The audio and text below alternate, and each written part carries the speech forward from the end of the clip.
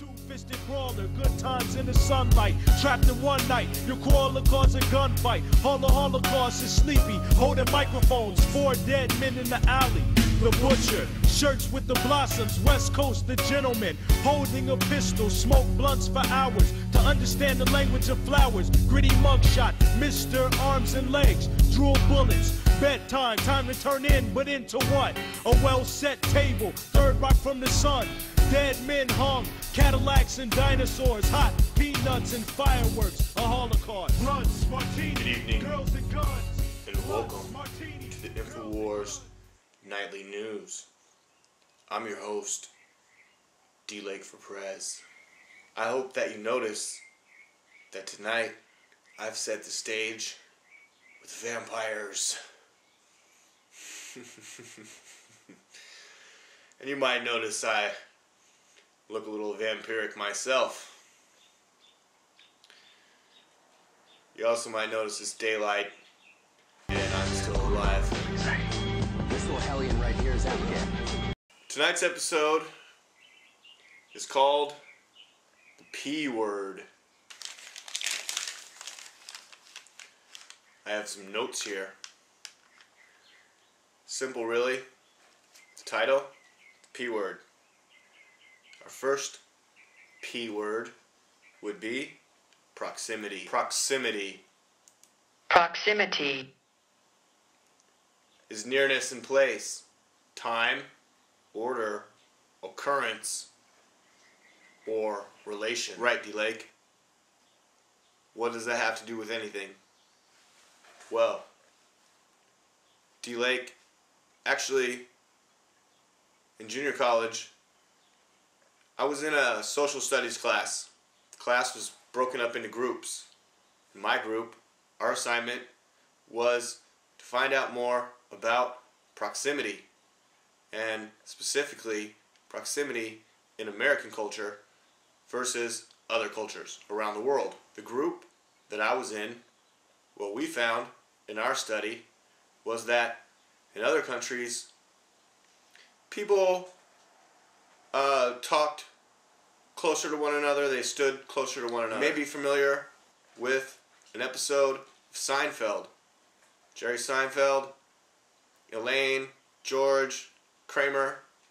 Well, those characters were all sort of offended by Judge Reinhold's character, the close talker. Why would I mention that? Well, I'll tell you this much. All the stripping away of our rights and our civil liberties in this country, the United States of America, since about 10 years ago, it's just been atrocious.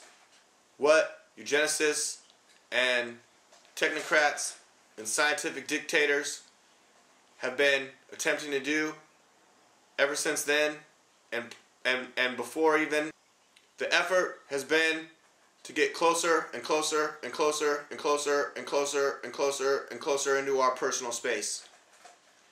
Because back when I did that report, in American culture, the standard was give me about a 3-foot window or gap. If I'm standing at a register, or if I'm standing at an ATM, if I'm standing in line at the grocery, give me some space, alright? Don't breathe down my neck. Don't watch everything I'm doing. Don't wonder what's in my bag. Just kind of leave me alone, and I'll leave you alone. Alright? The TSA is a horrible offense to the citizens of the United States of America. And I don't really know who I have to write, or who I have to send this video to, or who I have to contact.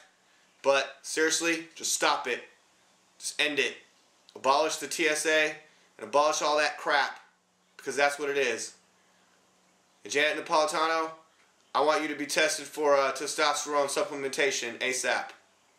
And if you're on anything like that, then I suggest you be removed from your position. And considering the fact that I want to abolish your whole department, I don't really think that we need to spend any time looking for your replacement. So feel free to retire, go live in a lake house, have a girlfriend, and do whatever you want. Alright? And I'll let you be free out there, okay? But if you persist, then I will have to insist that you be imprisoned. And this is just me talking. It's just my free speech. So I'll say what I want. Alright? It's just my personal opinion. So don't come cracking down and don't be trying to kick down my front door. I don't have any raw milk here. Yeah, I got some cats and even some kittens. And not all of them are fixed. So I suppose that's a gateway right into my home.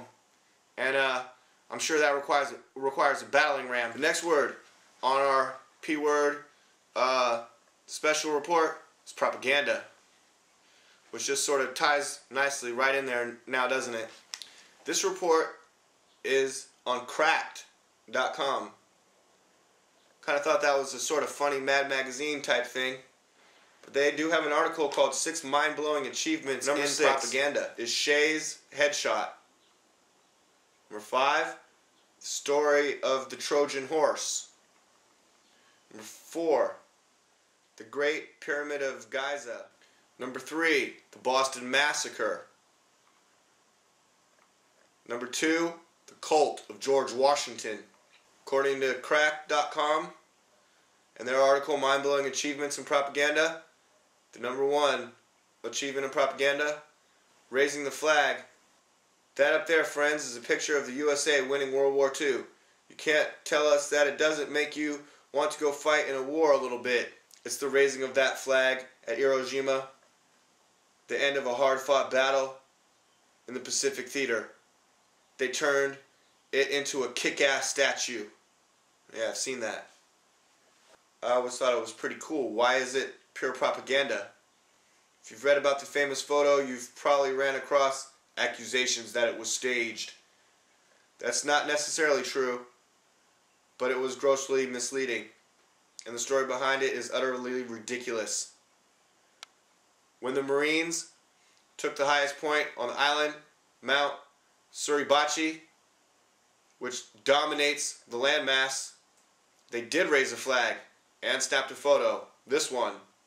Still, when the Secretary of the Navy showed up to the war zone, he was so overcome at the sight, he decided he wanted a copy of it. And by it, we don't mean a photo. We mean the actual flag, which there was only one copy of. Why did he want to deprive the battalion of their prized battle standard? No joke. He wanted a souvenir from the battle that he was not even in. To keep the Secretary from stealing their flag, Battalion Commander Chandler Johnson had his men quickly take it down, presumably before the other guy could shimmy up the pole and grab it. He then sent one of his men after a replacement flag, with the command that he bring back a big man-sized flag this time. The raising of that flag is what we have the iconic photo of. Though let's put up some other flags so this asshole doesn't steal ours flag. And we should mention that the flag wasn't marking victory, as the battle wasn't over. Half the men in the picture, Franklin Sosley, Michael Strank, and Harlan Block, were dead before the Battle of Iwo Jima was won. And as for Rene Gagon, he had to fight the longer war of being that guy. In the picture, who only shows a bit of his leg. Great. Still, raising the flag at Iwo Jima won the Pulitzer Prize for photography and became one of the most iconic images of the 20th century. No doubt to the delight of FDR's propaganda department. They brought the surviving Marines and the photo home to tour the country and sell war bonds. They made a movie about it and had them pose for a sculptor to create a memorial.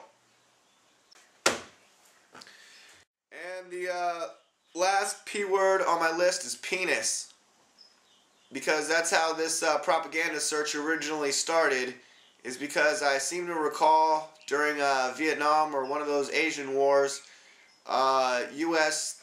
military was dropping propaganda flyers or passing them out or posting them up or however they did it, basically saying that we Americans have big penises and you Asian people have little penises and that's why we'll win the war. And you know, I mean, I'm sure you probably got an enlarge your penis email today in your spam. So hey, is it wrong for me to say it? Times in the sunlight, trapped in one night, you call the cause a gunfight.